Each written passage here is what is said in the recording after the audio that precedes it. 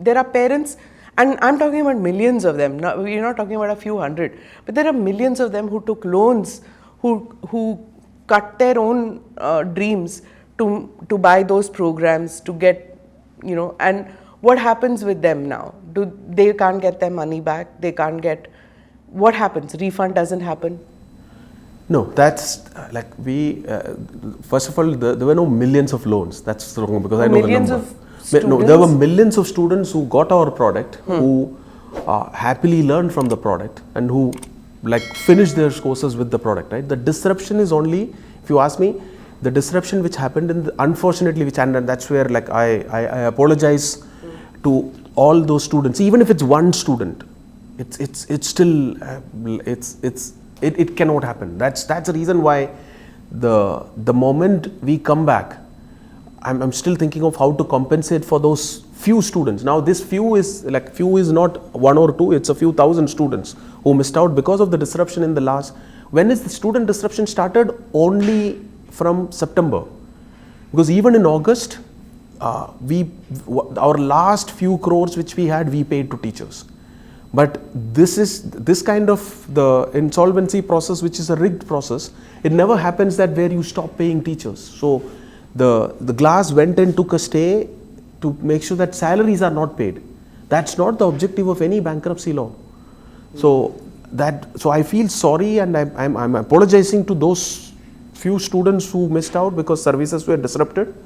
But the product part was not disrupted. The entire course. In fact, that's another, when things were going very well for us, unlike, we were not ruthless in cutting the businesses down, because you can't do that when it comes to students. You have to see to the course completion.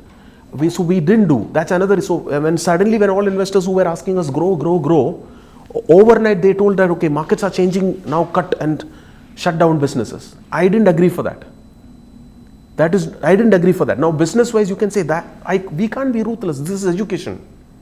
So there, the teacher in me stood up, and we didn't shut down the businesses. We had to complete the course, like that, and that's true even for White Hat Junior. Once you make a commitment to complete the course, you have to finish the course. Whereas if it's an entertainment business, we could have just shut down the platform. No one would have suffered. So there's in education, that's why good teachers will never leave, because teachers do change institutes, but they will never leave halfway through.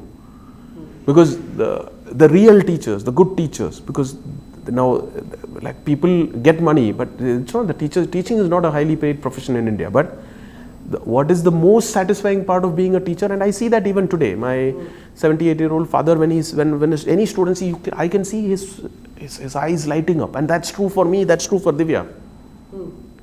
The biggest satisfaction, and so teaching is one of the most satisfying jobs, and that's why it's an unfinished dream for us.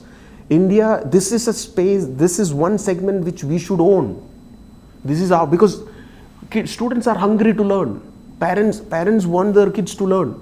They'll go to any length to make sure that they'll sacrifice everything else to make sure that their kids are. But it's not a dream that you're willing to give up, and you keep saying. This is the only thing I'll do. I've been doing this for 20 years now. 2 years of struggles, which has strengthened me. So it's I'm telling you, I'm not faking anything here. I had gone through the toughest of. I've seen the highest of highs, right, coming from. But I've also seen. But where do I come from? If I'm someone who will be worried about, I had thousands of crores, now I have nothing. I don't care. It was never about that. So this whole conception about, I have never done this. So I'm an engineer by chance, a teacher by choice, which made me an entrepreneur by chance. But businesses can fail, business mistakes can be made, but true entrepreneurs, they never fail. It's a mindset. It's a mindset. It's a mindset. I'll prove that it was always about the mission.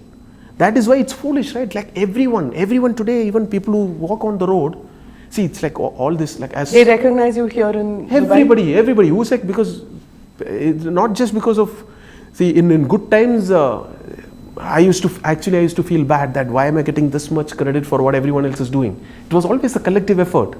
I am just in fact, people used to tell that I'm leading a cult in a positive way, because I used to get everyone, otherwise, in 2011, when I was actually attracting my students who went to IIMs to come back and join us without any brand name, we became a brand only in 2015. It was only by I was only like selling them the vision of changing the way students learn. Do subscribe to the ANI Clips channel to get shorter versions of this podcast.